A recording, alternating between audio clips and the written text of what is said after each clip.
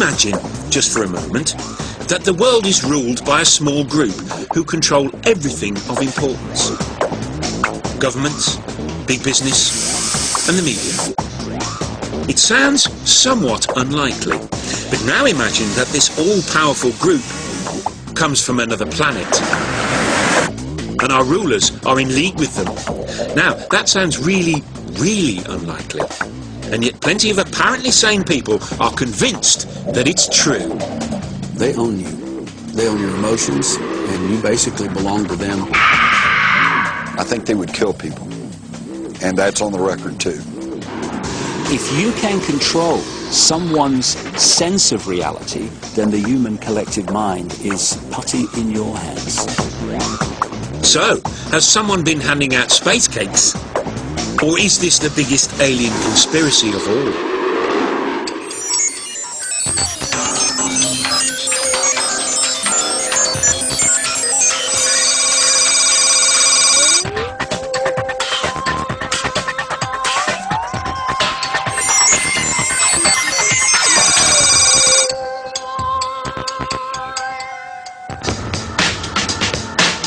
July the 16th, 1945, the day the atom bomb exploded. Everyone agrees this was an historic day, but some people believe it was also the day an alien conspiracy to take over our planet began. You see, apparently this was an event which didn't just get noticed here on Earth. The shockwaves were felt across our galaxy and beyond. Ever since the UFO phenomenon sort of exploded into public consciousness in the mid-late 1940s, people have wondered, you know, why now? Why now? And of course, the first answer people came upon was that, well, now we have the atomic bomb. When we set off the first atomic bomb, there was such energy released that probably created ripples throughout our solar system, perhaps throughout the galaxy. And other advanced races out there kind of did a double take and went, oh my God, the kids have found the matches.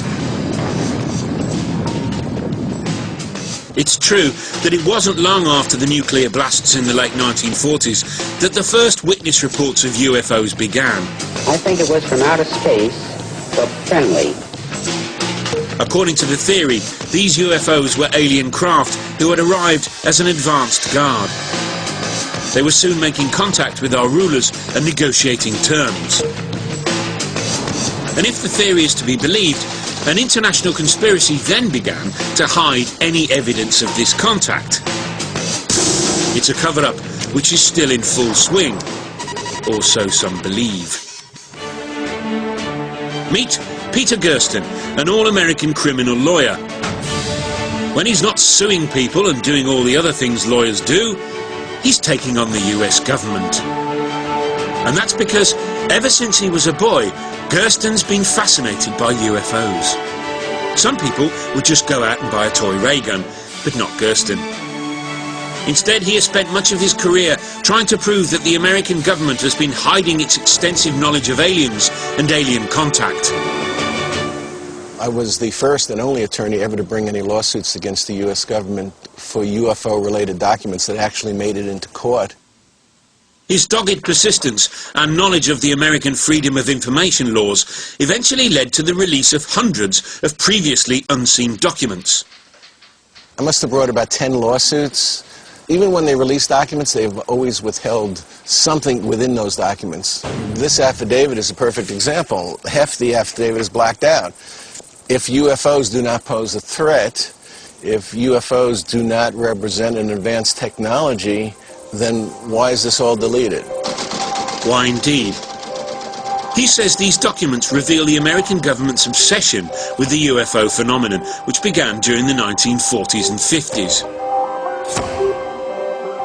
They reveal the existence of government committees which were initially set up to investigate UFOs. But all along, the existence of these organisations was denied, until finally they were all closed down, one by one. Despite the fact that governments kept telling the public there was no such thing as aliens, the aliens themselves didn't seem to be getting the message. Because according to Gersten, they just kept flying their spaceships through our skies. One case, which has been cited by many as proof of a vast conspiracy, conveniently happened in Gersten's backyard in Phoenix, Arizona. The Phoenix lights lasted anywhere from an hour and a half to 2 hours, and there's never been a major investigation to determine what that was. The story gripped the local media, but the official response was some kind of military fort. Gersten returned to the courtroom, but even he couldn't prize an explanation out of the authorities. And they say they did a reasonable search, we couldn't find anything, and the court goes along with that.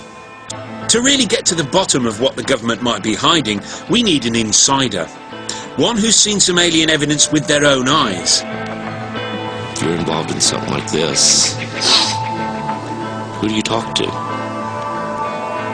You can't tell your family. You can't tell your closest friend.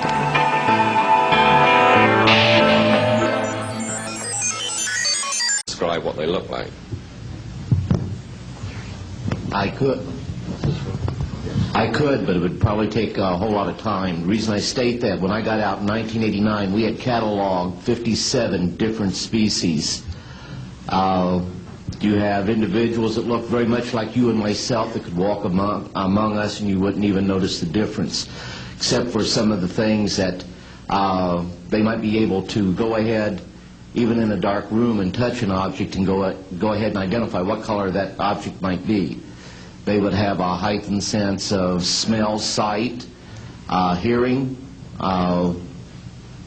The situation is that you have various types of what we normally call grays. We didn't call them grays in the military, but you had at least 3 types of the grays. You had some that were much taller than we were. The unique thing that I'd like to point out for the most part is that the entities that we did catalog were in fact humanoid. Now this created a situation where the scientific community was trying to figure out why that would be the case, because you would expect that if life evolved on other planets that they would take on some type of other being, so to speak, not necessarily look humanoid or be bipedal such as we are. But apparently we got quite a few of the species out there that are humanoid in appearance. And that creates a question that yet has to be answered by science. Yes, and as I call on you, please state the news agency that you were with. Yes, ma'am. Deanne Davis with United Press International. Could you please address the vehicle that there was a drawing displayed of? Why would this vehicle be on display at an air show? What is the power source that you are asserting is going to be so very useful? And how can you determine this vehicle is not something that is being developed, by a government agency? In fact, I think that was the testimony. This is an alien reproduction vehicle, and just to be clear, this means that it is based on advanced anti-gravity and zero-point energy propulsion systems. Those are the propulsion systems. They are being manufactured by a consortium of companies that include Lockheed Martin, Northrop, SAIC, and other corporations. They do have superluminal capacity, in other words, faster than the speed of light capacity. I think Mr. McCandlish and other witnesses that he's identified could go into more of the technical physics of it. I'm just a country doctor from Virginia, I tell people. I mean, really. And but this is actually what is the reason it's called alien reproduction vehicle, is that it's based on the study of extraterrestrial vehicles, but it is manufactured by human military intelligence, aerospace contracting arrangements. And this is very important. It means that we, Homo sapiens, have the ability to access this so-called zero-point field of energy, which is the ambient field of energy from which all matter and energy is fluxing, and can access that energy and generate all the power we need to run this planet without fossil fuels or pollution.